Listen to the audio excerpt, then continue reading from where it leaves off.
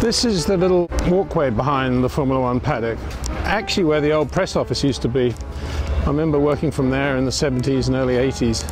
Had 3 telex machines and about 50 journalists all wanting to use them. So you can imagine what that was like. Telex, that's something from the past.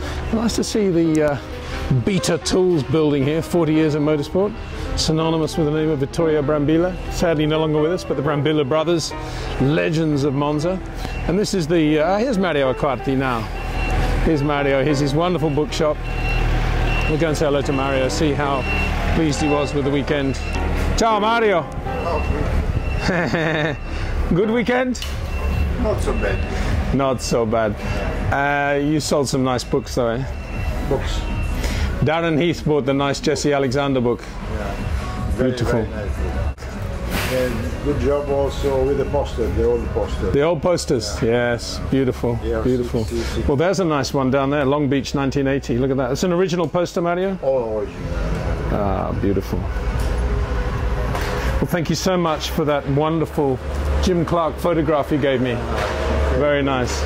And Mario, we see you next year, eh? Next year. But you have a different regime next year. Yeah, I change it. I change it. Next year, only for the friends. The shop is open. Only for the friends next year. Too many. Friend and journalist. I don't know if the journalist is friends or not, but Too many people coming in otherwise. But look, you can just see inside there the number of books Mario has in this amazing collection. Mario, grazie mille. Ciao, Peter. Thanks. Ciao. Ciao. Kept pace with the changing Formula One times. Some of the more original buildings still remain. It's a nice little contrast of architecture just in this little square behind the Formula One paddock here. We see the circuit direction buildings, the CSAR buildings, and flush hard against them the new Paddock Club block, all steel and glass. Not bad actually. The contrast it works better perhaps than it might look in picture one of my favourite spots at Monza, and that is at the old paddock. Not much of it remains, but I think a few cobblestones are still there. What used to be a little shell garage, now an Agit garage, was built into the circuit when it was first designed. This is again the area behind the main paddock complex, and if there are some red tiled roofs on some nice looking buildings, this must be the old, or the beginning of the old Formula One paddock, where all the cars were kept garaged right through until the new complex was built.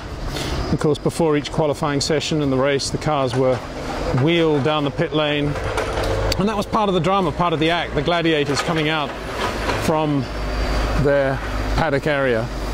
So this was it. Sadly, most of the buildings have been replaced, but we can capture a little bit of the flavour of what those garages used to be like on the right-hand side here. A few remain. Nice in the Italian way that the tiled roof is still there, but you can see part of the old block over there now. And you get a feel, there's one garage, one of the original garage doors remaining, and you can get a feel there for how big, or actually how small they were. This is where a lot of those photographs that you might have seen of Team Lotus, Ferrari, Cooper, McLaren, Brabham, this is where they were taken in here, and the drivers would sit on the wheels of the cars and talk to the mechanics, and a lot of photographers, the great photographers, would be here as well. So sadly not too much remaining, but that lovely cobblestone ground still there in part as well. Seen about here, it was about here, if you can imagine the old garage line along here, that scene with Nino Barlini in Grand Prix was shot, where basically he says goodbye forever to François Hardy. Silly boy. Nice tyre marks from Red Bull, pretty typical of all the pit lane areas. Sooner or later somebody's going to create a work of art around that sort of visual, and we might see it in the Museum of Modern Art, I would imagine. But every rubber streak tells its own story.